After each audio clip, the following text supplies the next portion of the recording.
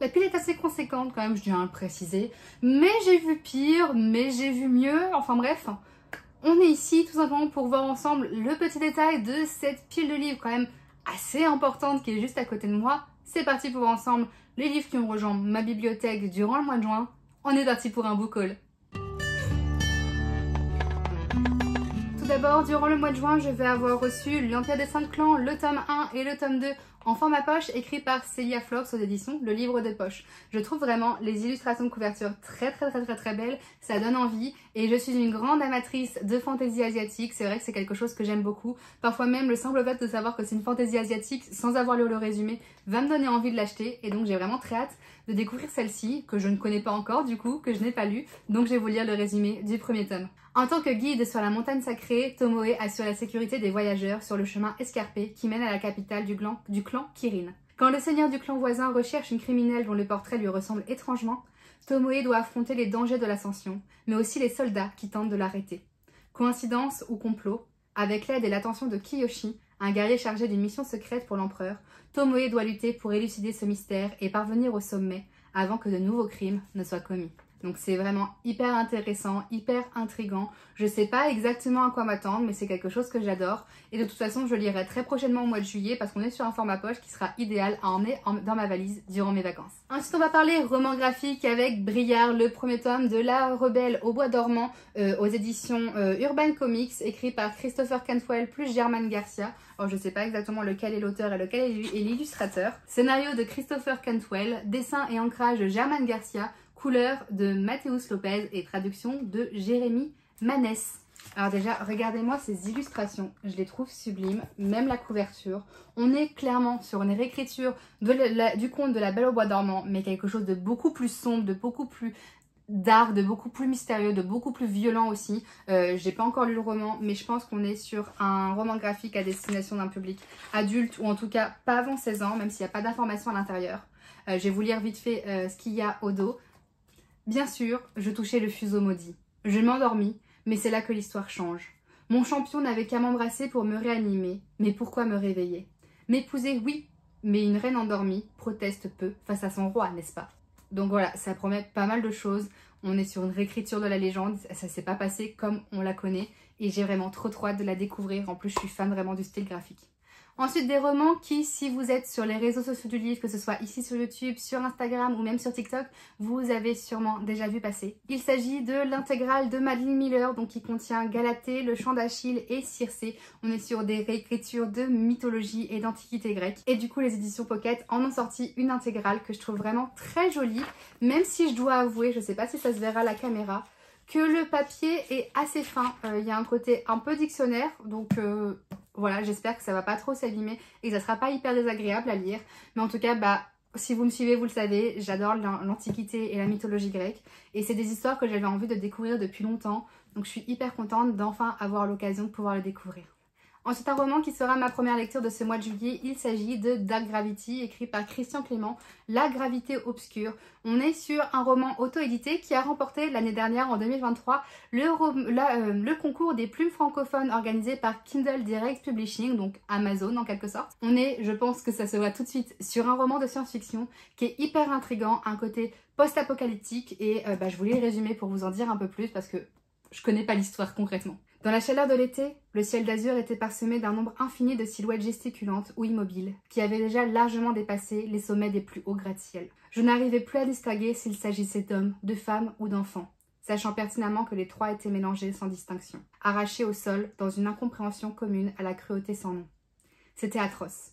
Tous ces pauvres gens hurlaient d'une terreur indicible et leurs cris lointains parvenaient jusqu'à nous dans une résonance dont l'unisson envahissait le ciel et glaçait le sang. Cette clameur effrayante m'a replongée dans le désespoir de la disparition de Romain que j'ai imaginé quelques secondes flotter parmi ces petits points informes perdus à jamais. J'y ai aussitôt lutté, m'interdisant cette dernière pensée. Romain était vivant et j'allais le retrouver. Alors, il n'y a pas d'informations sur l'âge de la lecture, sur le roman ou à l'intérieur, mais je pense quand même qu'on est sur quelque chose qui potentiellement est assez violent d'après le résumé que j'ai pu lire. Donc là, comme ça, dans les médias, je dirais pas avant 16 ans, mais je vous donnerai beaucoup plus d'informations évidemment au moment de ma lecture. Ensuite, j'ai également reçu Des Cahiers d'Obscurité, le second tome écrit par Gaël Momon aux éditions Gulfstream. J'ai le premier tome qui est juste ici, que je n'ai pas encore lu, mais va vraiment falloir que je me dépêche de le lire parce qu'en plus c'est une lecture qui me fait vraiment très envie. J'ai entendu que d'excellents retours, je trouve que les livres sont vraiment très beaux en plus. On est sur de la high fantasy, avec des dragons, avec des complots, avec de l'intrigue politique. Et ce que je vais faire, c'est que je vais vous lire le résumé du tome 1, pas celui du tome 2 évidemment, pour pas spoiler ceux qui n'ont pas lu le tome 1, dont je fais partie d'ailleurs. Alors qu'il achevait de graver ces mots dans la roche, l'homme espérait dans un dernier souffle que la prophétie ne serait pas oubliée, que la pierre la conserverait à l'abri, et les hommes dans leur mémoire. Il en allait de l'avenir du monde entier. 500 ans plus tard, île de Casmal, prémisse de l'hiver. Un océan tempétueux, d'étranges créatures remontaient des profondeurs et de sanglantes attaques inexpliquées. Robin n'ignore rien de ces signes macabres lorsqu'elle rentre dans son village natal d'Astak après une longue campagne en mer. Dépourvue de magie, mais maître l'âme redoutable au combat, elle a appris à écouter son instinct. Sur le chemin, Robin rencontre un jeune homme énigmatique, Dairion. Celui-ci suit les traces de l'invisible bête sanguinaire qui terrorise la population. Quand elle apprend que cette mystérieuse entité est à l'origine de la mort de ses parents, Robin ne désire qu'une chose, la traquer et l'anéantir. Cette funeste quête de vengeance engage alors les compagnons d'armes dans un périple qui ne connaît qu'une seule destination, l'obscurité. Ensuite, là on est sur un roman seulement à partir de 18 ans et avec beaucoup de trigger warnings. Promis, tous les trigger warnings possibles et inimaginables, ils sont dans cette saga. Il s'agit d'Ombre et de chair, le deuxième tome du coup, donc la saison 2 de Cristina de Azevedo et David Diez. J'ai déjà lu le premier tome en janvier 2023, donc j'avais pas encore ma chaîne YouTube à ce moment-là, donc j'ai pas pu vous en parler ici, mais je vous inviterai à aller sur mon TikTok ou sur mon Instagram pour découvrir ma chronique sur le premier tome. On est sur un roman d'horreur avec un côté thriller, enquête, assez perturbant, assez gênant, anxiogène. C'est le genre de lecture auquel je suis pas habituée, mais je dois avouer que j'ai vraiment bien aimé le premier tome. Et même s'il y a des choses qui m'ont dérangée, comme une violence exacerbée par moments, qui pour moi n'avait vraiment aucune utilité à l'histoire, ça a été vraiment le point noir de ma lecture, mais j'ai trouvé que les personnages étaient hyper intéressants, étaient vraiment très intrigants, qu'il y avait une profondeur et un message hyper intéressant derrière tout ça. Et normalement, d'après ce que m'a dit l'autrice avec qui j'échange régulièrement, la violence exacerbée qui a pu me déranger dans le premier tome ne serait pas présente dans ce second tome, donc j'ai hâte de pouvoir le découvrir. Ensuite, un roman que à la base je n'avais pas l'intention de rajouter à ma pile à lire, mais au final les nombreux très bons avis que j'ai pu voir sur les réseaux m'ont donné envie de le lire et de me l'acheter. Du coup, il s'agit de Les Chroniques de Castlemaine, le premier tome, Le Parlam, écrit par Cassandra Clare. Déjà regardez, on a un roman qui est vraiment très beau je trouve, un jaspage qui est vraiment très beau aussi également. Sous la jaquette du coup, on a une carte, le hardback qui se présente comme ceci. Et ce que je trouve le plus beau dans le roman, ce sont les pages de garde avec des illustrations que je trouve tout simplement sublimes. On en a de différentes au début et à la fin. Alors pour ceux qui ne connaîtraient pas ou juste qui n'auraient pas fait le rapprochement, du coup Cassandra Clare, l'autrice, c'est celle qui a écrit la saga de The Mortal Instrument. Voilà, donc c'est une saga qui est quand même hyper connue. Donc moi c'est pas une saga que j'ai lue, ni à laquelle j'ai aucune attache, mais je me dis peut-être pour certains d'entre vous qui l'auraient lu et qui l'auraient aimé, si jamais vous n'étiez pas au courant qu'elle avait sorti un nouveau roman, il est juste ici. L'un a été élevé pour régner, l'autre pour mourir. Dans la cité de Castlemaine où tout le monde cherche à s'enrichir et à gagner du pouvoir, Kel est choisi pour devenir le Parlam, la doublure du prince héritier Connor Aurélien. En tant que tel, son destin est de protéger celui-ci qu'il considère comme son frère et de mourir pour lui. Lynn fait partie des Ashkar, une communauté isolée possédant les dernières traces de magie du monde. Doctoresse, il lui est permis de se déplacer à Castlemaine pour soigner les malades. Cependant, elle ne peut guérir la seule personne qui compte pour elle sans accéder à un savoir interdit. Approchée par le mystérieux roi chiffonnier qui leur promet à chacun ce qu'ils désirent le plus, Kel et Lynn découvrent qu'une conspiration menace tout ce qu'ils connaissent. Réussiront-ils à protéger leurs proches dans un monde sur le point de sombrer dans le chaos? Donc on est sur de la fantaisie adulte, politique, avec quelque chose de très mystérieux, une force sûrement très obscure qui se cache derrière tout ça, et j'ai hâte de le découvrir. De toute façon, est-ce qu'il y a vraiment un roman dans ta pile à lire, dans le que tu n'as pas hâte de découvrir? Non, on est d'accord. Ensuite, alors lui, je l'attendais depuis longtemps, et il fera partie de mes lectures du mois de juillet, tellement que j'ai vraiment hâte, plus de le lire. Il s'agit de Dark Skies de Daniel L. Jensen aux éditions Big Bang, qui n'est d'autre que le second tome de Dark Shore dont je vous ai déjà parlé ici. Ça a été ma première lecture de 2024 et mon premier coup de cœur de 2024 et j'ai vraiment trop hâte de lire ce second tome qui va venir raconter l'histoire de deux autres protagonistes qu'on a jusqu'ici, qui sont donc différents de Terriana et de Marcus qu'on avait pu découvrir dans le premier tome. mais ça me dérange pas, j'ai vraiment hâte de pouvoir découvrir cette histoire. Si jamais vous n'avez pas encore lu cette saga, vraiment je vous la recommande. De toute façon, tous les romans de Daniel L. Jensen, moi j'adore. Le premier tome c'est celui-ci, du coup Darkshore, et je vais vous lire son résumé afin de potentiellement vous donner envie de découvrir cette saga qui est juste trop bien. Dans un monde divisé par des dieux capricieux et des océans redoutables, seuls les marins sont en mesure de traverser la mer sans fin. Leur règle d'or, l'Est ne doit pas connaître l'Ouest. Terriana est une marin, et son peuple est le gardien des secrets de la mer. Pour sauver sa meilleure amie d'un mariage forcé, elle brise la loi sacrée des siens et doit faire face aux conséquences dévastatrices de ses choix. Marcus est le commandant d'une célèbre légion qui a permis à l'empire de Célendor de conquérir tous les territoires de l'Est. Les légionnaires sont ses frères, mais même eux ne savent rien de la terrible vérité qu'ils dissimulent depuis l'enfance. Quand l'un des sénateurs de l'empire découvre l'existence des sombres rivages, il capture Terriana et force Marcus et elle à partir à la conquête de ce nouveau continent. Unis malgré eux pour protéger les leurs, ils doivent désormais décider jusqu'où ils sont prêts à aller et ce qu'ils sont prêts à sacrifier. Donc on est sur une histoire, déjà moi ce que j'ai adoré c'est tout le world building, tout l'univers, la religion, les divinités, j'ai trouvé ça vraiment incroyable. J'ai trouvé les personnages pour ce premier tome hyper profonds, hyper bien écrits, il y a une dualité en eux qui est hyper intéressante à lire, qui est hyper touchante. On a une romance que j'ai trouvée hyper chouette, hyper sincère, hyper naturelle, hyper prenante au final, hyper attachante. Enfin bref, j'ai eu un coup de cœur pour le premier tome et j'espère que le deuxième sera au moins une excellente lecture, si ce n'est un coup de cœur renouvelé. Ensuite un roman qu'on voit un petit peu moins passer sur les réseaux mais qui a vraiment l'air incroyable. Il s'agit de La librairie disparue de Evie Woods aux éditions City. On est sur un roman qui semble beau, qui semble poignant, avec quelque chose d'assez dramatique. Une question de témoignage, une question de mémoire. Qui est vraiment très beau, mais je vais vous lire le résumé, ce sera beaucoup plus parlant pour vous que quelqu'un qui essaie d'expliquer une histoire avec des mots sans avoir lu l'histoire. Après avoir fui un mari violent, Martha part s'installer à Dublin pour refaire sa vie. La jeune femme trouve un travail de cuisinière dans une petite maison nichée dans un dédale de ruelles au cœur de la ville.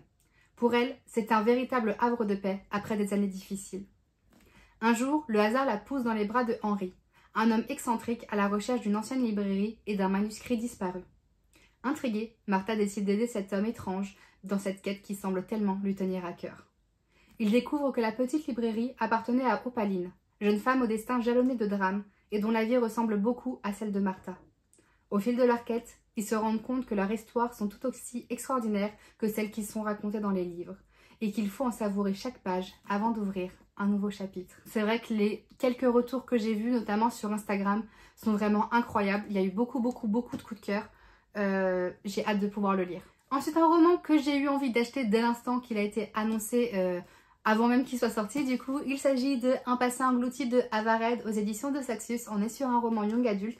Là encore vraiment un très bel objet livre que je vous présente. On a une jaquette assez simple avec rien en dessous, mais un hardback que je trouve vraiment très joli. J'aime bien cette association de couleurs même si à la base j'étais pas 100% convaincue.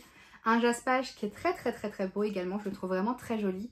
Et une illustration de page de garde, c'est la même au début à la fin, que je trouve aussi très belle. On est sur un roman young adulte du coup, qui est vraiment pas très épais. Je pense qu'il va se lire très aisément, que il devrait être très simple et fluide à lire. Et je vais vous lire le résumé parce que l'histoire me tente vraiment beaucoup. Seule la mer est notre ennemie. Éphisser a toujours cru aux légendes du petit peuple. Hantée depuis son enfance par des visions du roi des fées, elle ne trouve de réconfort que dans les pages d'Angarad, l'épopée d'Emrys Myrddin, son auteur préféré. Le livre en lambeaux, c'est tout ce qui lui permet de survivre à ses études d'architecture. Aussi, lorsqu'elle remporte un concours pour restaurer le manoir du défunt Myrddin, elle est persuadée que c'est un signe du destin. Domaine décrépit sur le point de s'effondrer dans une mer affamée, le manoir d'Iraes est un lieu perché à la frontière entre les mondes, peuplé d'êtres mystérieux. Parmi eux se trouvent Preston et Loury, jeune étudiant en littérature, bien déterminé à prouver que Myrddin est un imposteur. Enquêtant sur l'héritage de l'écrivain, les deux étudiants découvriront peu à peu que des forces obscures conspirent contre eux et que la vérité pourrait bien les mener à la ruine. Donc ce qui m'inspire beaucoup dans ce roman, c'est tout le côté déjà manoir perdu, manoir à rénover, il y a un truc architecture et étant donné que c'est un petit peu mon métier, c'est quelque chose forcément qui m'intéresse. Ce côté aussi, la personne n'est pas ce qu'elle semble être et peut-être un imposteur et on va essayer de le découvrir, c'est hyper intriguant. On parle de petit peuple aussi, donc les légendes du petit peuple avec les fées, etc. Ça a l'air vraiment hyper chouette, il semble y avoir un côté un peu Dark Academia dans l'histoire. Enfin bref, vraiment, il a l'air génial. Ensuite, j'ai également reçu l'épée de Laurier Rose de Tasha Zuri aux éditions Le Rayon de l'Imaginaire de Hachette Rose. Et donc, c'est le second tome de Le Trône de Jasmin de la même autrice dans la même collection. On est sur une fantaisie orientale principalement indienne, même totalement inspirée de la culture indienne. On est sur une lecture adulte, il y en a des trigger warnings. On est sur une lecture très riche, très complète, avec un univers très développé, des personnages très développés. J'adore le système de magie de l'histoire. Je trouve qu'il y a eu un moment, c'est vrai, dans ma lecture du premier tome où j'étais un petit peu perdue au milieu de tous les personnages. Ça reste une histoire que je trouve qui est vraiment bien écrite, qui est vraiment bien pensée, qui fait passer de très très beaux messages également.